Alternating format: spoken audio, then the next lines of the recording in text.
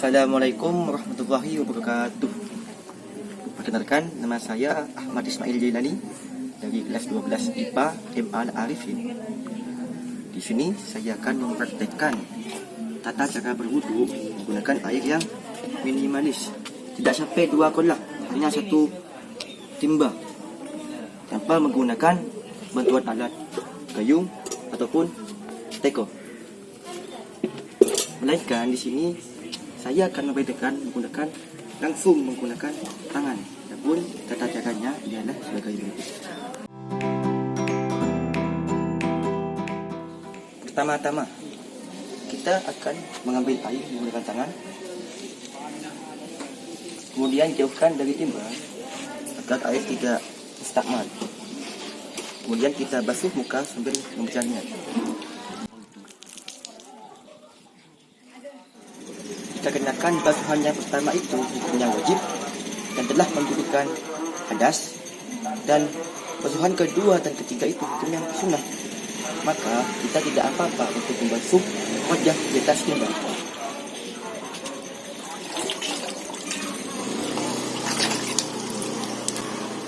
Nah, hukum air yang menetes ini tidak mungkin mustakmal karena basuhan kedua dan ketiga itu hukumnya sunnah. Sekarang kita beralih ke pembasuhan tangan.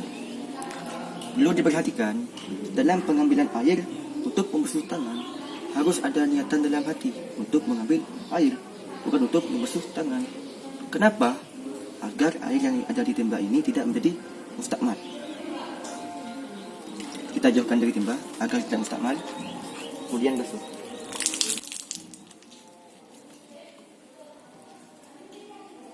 Nah, pembasuhan pertama ini adalah wajib hukumnya, dan pembasuhan kedua dan ketiga itu sunnah. Maka kita tidak apa-apa untuk membasuhnya di dalam timba.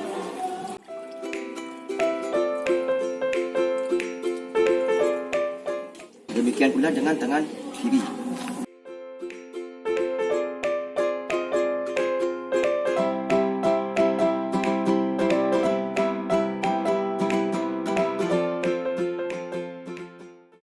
Sekarang kita beralih ke pembasuhan sebagian rambut.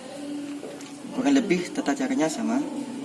Ambil sebagian air, jauhkan, dan kita basahi rambut. Untuk pembasuhan telinga, nah telinga itu sunnah, bukan wajib. Maka kita tidak apa-apa hukumnya membasuh telinga di atas timba.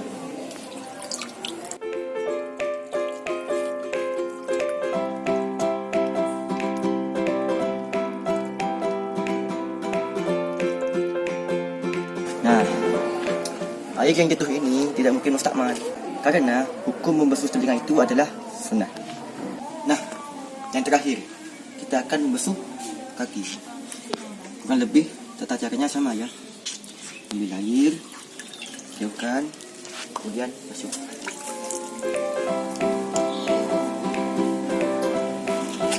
Kemudian yang kiri sama, ambil, jauhkan, terus basuh.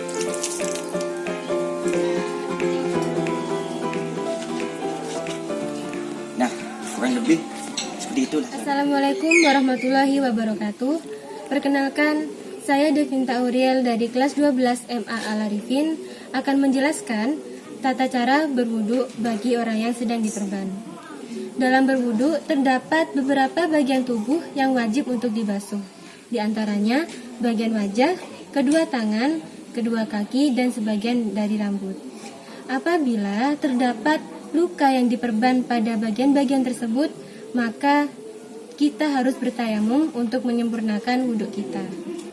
Adapun caranya sebagai berikut. Yang pertama, kita membasuh sebagian wajah kita yang tidak terkena perban sambil membaca niat. Nawaitul wudu'a li raf'il hadasil aswari fardholillahi ta'ala. Dan pada bagian yang dikena perban hanya cukup untuk diusap saja. Kemudian, untuk menyempurnakannya kita harus bertayamum. Adapun cara-cara bertayamum sebagai berikut. Tempat pengambilan debu tidak boleh satu tempat. Yang pertama, kita taruh tangan kita pada tempat yang digunakan untuk bertayamum. Kemudian usapkan debu pada wajah sembari membaca niat bertayamum. Nawaitu tayammuma li istibahati sholati fardholillahi ta'ala. Kemudian kita lanjutkan pada bagian tangan.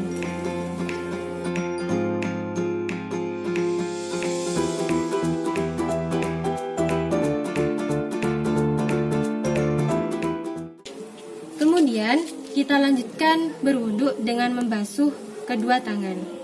Apabila ada perban pada tangan, kita cukup membasuh sebagian tangan yang tidak terkena perban. Dan apabila bagian yang diperban tersebut cukup untuk diusap saja dan disempurnakan dengan cara bertayamum seperti sebelumnya.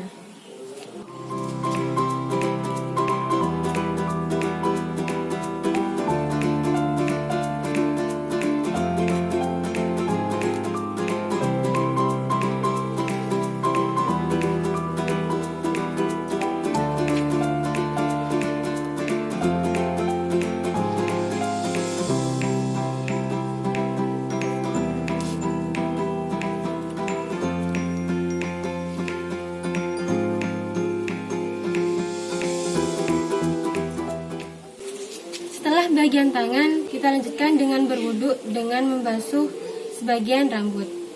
Apabila di bagian tersebut terdapat luka yang diperban, maka kita cukup untuk membasuh sebagian dari rambut tersebut. Kemudian menyempurnakannya dengan cara bertayamum. Selanjutnya, kita lanjutkan berwudu dengan membasuh kedua telinga. Membasuh kedua telinga ini hukumnya sunnah. Jadi kita lakukan saja.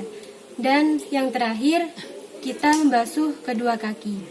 Dan apabila pada bagian kaki tersebut terdapat luka yang diperban, seperti yang dijelaskan sebelumnya, kita cukup membasuh sebagian dari kaki tersebut. Dan untuk bagian yang diperban, kita cukup untuk mengusapnya. Dan disempurnakan lagi dengan cara bertayamum. Sekian tata cara berwudu bagi orang yang diperban. Assalamualaikum warahmatullahi wabarakatuh. Ya, pada kesempatan kali ini kami siswa-siswi kelas 12 MA Al-Arifin akan melakukan praktek sholat jenazah. Sholat jenazah perempuan dan sholat jenazah laki-laki. Kedua jenis sholat ini tidak jauh berbeda.